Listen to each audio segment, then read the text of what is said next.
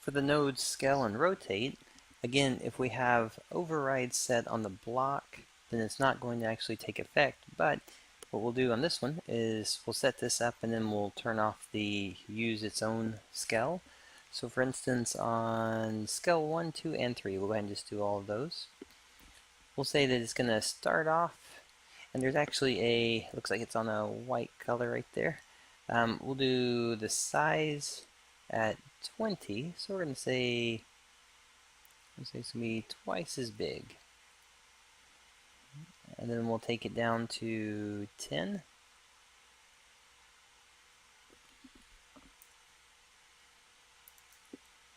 And then the rotation, let's go ahead and rotate it just so that we can see it being rotated inside the scene. All right. So that's going to happen on node 2.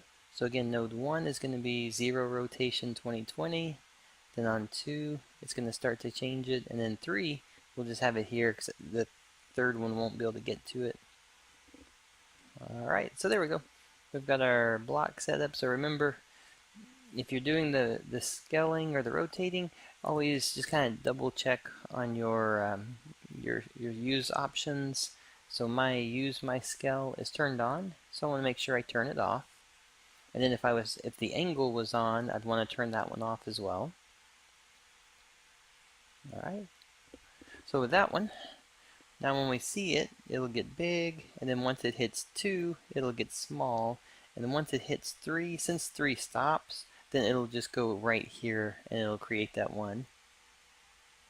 Alright, so each time it gets to a point, when it gets to that point, it's the trigger to change it to that next size. We'll do it one more time so you can see it. So big to small, and then to small. Alright, so there you go.